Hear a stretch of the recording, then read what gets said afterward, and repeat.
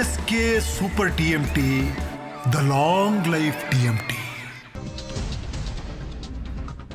ಸಚಿವ ಸಂಪುಟ ವಿಸ್ತರಣೆ ಸೋಮವಾರ ಶುಭ ಮುಹೂರ್ತ.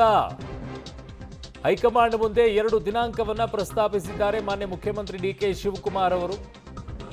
ಜುಲೈ 20 ಸೋಮವಾರ, ಜುಲೈ 22 ಬುಧವಾರ, ಈ 2 ದಿನಾಂಕವನ್ನು ನೀಡಿದ್ದಾರೆ. ಇವತ್ತೇ ಪಟ್ಟಿ ಫೈನಲ್ ಆದರೆ ಸೋಮವಾರ ಸಚಿವರ ಪ್ರಮಾಣ ವಚನ ಕಾರ್ಯಕ್ರಮ ನಡೆಯುತ್ತೆ. 2 ಅಥವಾ 3 ಸ್ಥಾನ ಖಾಲಿ ಉಳಿಸಿಕೊಳ್ಳಲು ಹೈಕಮಾಂಡ್ ಒಲವನ್ನು ತೋರಿಸ್ತಾ ಇದೆ. ಚುನಾವಣಾ ದೃಷ್ಟಿಯಿಂದ ಪೂರ್ಣ ಪ್ರಮಾಣದಲ್ಲಿ ಸಂಪುಟ ವಿಸ್ತರಣೆಗೆ ಬೇಡಿಕೆಯನ್ನ ಇಟ್ಟಿದ್ದಾರೆ. ಸಚಿವ ಸಂಪುಟ ವಿಸ್ತರಣೆ ಸೋಮವಾರ ಶುಭ ಮುಹೂರ್ತ ಅಂತಿದ್ದಾರೆ. ಸೋಮವಾರ ಅಥವಾ ಬುಧವಾರ, ಇವತ್ತೇ ಎಲ್ಲ ಫೈನಲ್ ಆದರೆ ಸೋಮವಾರನೇ ಪ್ರಮಾಣ ವಚನ, ಇಲ್ಲದೇ ಇದ್ರೆ ಬುಧವಾರ ಪ್ರಮಾಣ ವಚನ. 2 ದಿನದಲ್ಲಿ ಗ್ಯಾರಂಟಿ ಅಂತ ಹೇಳ್ತಾ ಇದ್ದಾರೆ. ಸೊ ಈ ಬೆಳವಣಿಗೆ ಅಂತೂ ಈಗ ದೆಹಲಿಯಿಂದ ಆಗ್ತಾ ಇರೋದು. ಸರ್ಕಸ್ ಅಂತೂ ನಡೀತಾ ಇದೆ.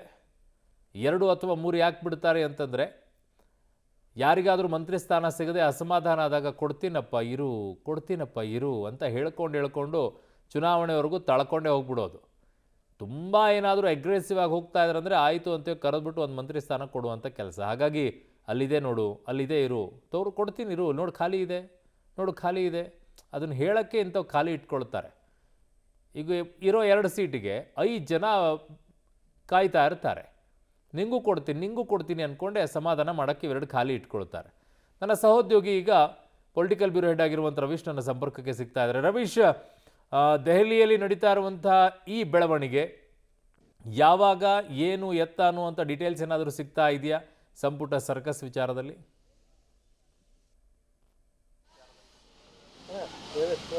ಅರುಣ್, ಪ್ರಮುಖವಾಗಿರ್ತಕ್ಕಂಥದ್ದು ಈಗ ಬಂದಿರತಕ್ಕಂಥ ಮಾಹಿತಿ ಪ್ರಕಾರ ಈಗಾಗಲೇ 2 ಸುತ್ತಿನ ಮಾತುಕತೆಯನ್ನು ಡಿ ಕೆ ಶಿವಕುಮಾರ್ ನಡೆಸಿದ್ದಾರೆ. ಈಗ ಫೈನಲ್ ಆಗಿ ಮಾತುಕತೆ ನಡೀತಾ ಇದೆ ಅಂತ ಹೇಳಲಾಗ್ತಾ ಇದೆ.